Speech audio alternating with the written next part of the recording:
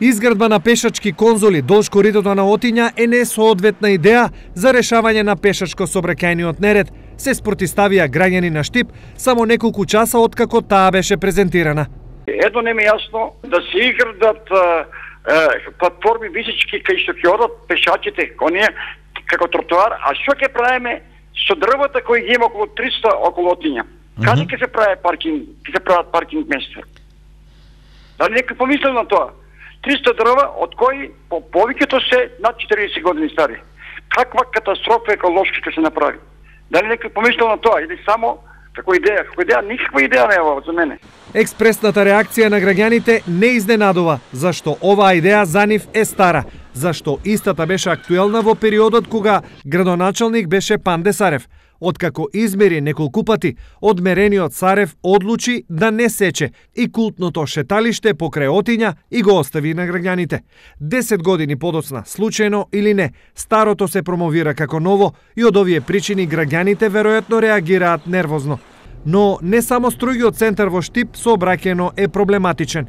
Граѓаните кажуваат се, само ке има ли кој да ги слушне? Ти се збори за центарот, а кај пазарот тука на Сутиска од Панче Караѓозов, по половин саат стоеме, не може да се укучиме на Сутиска. Заради кладилници таму.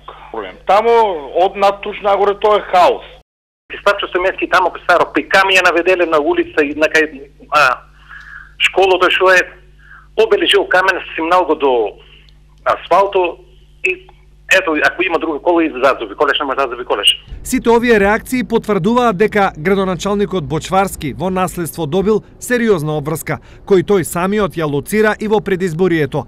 Но тогаш кандидатот Бочварски убедуваше дека решението е друго, односно дека лежи во изградба на катна гаража зад така наречениот Стар здравен дом.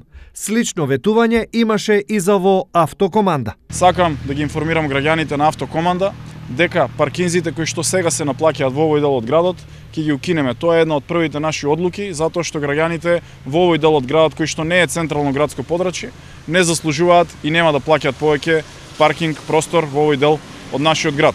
Она кое што е многу важно, во делот на градскиот пазар, кој што е во наша близина овде, ќе изградиме монтажна катна гаража за да го растеретиме сообраќајниот хаос кој што се ствара.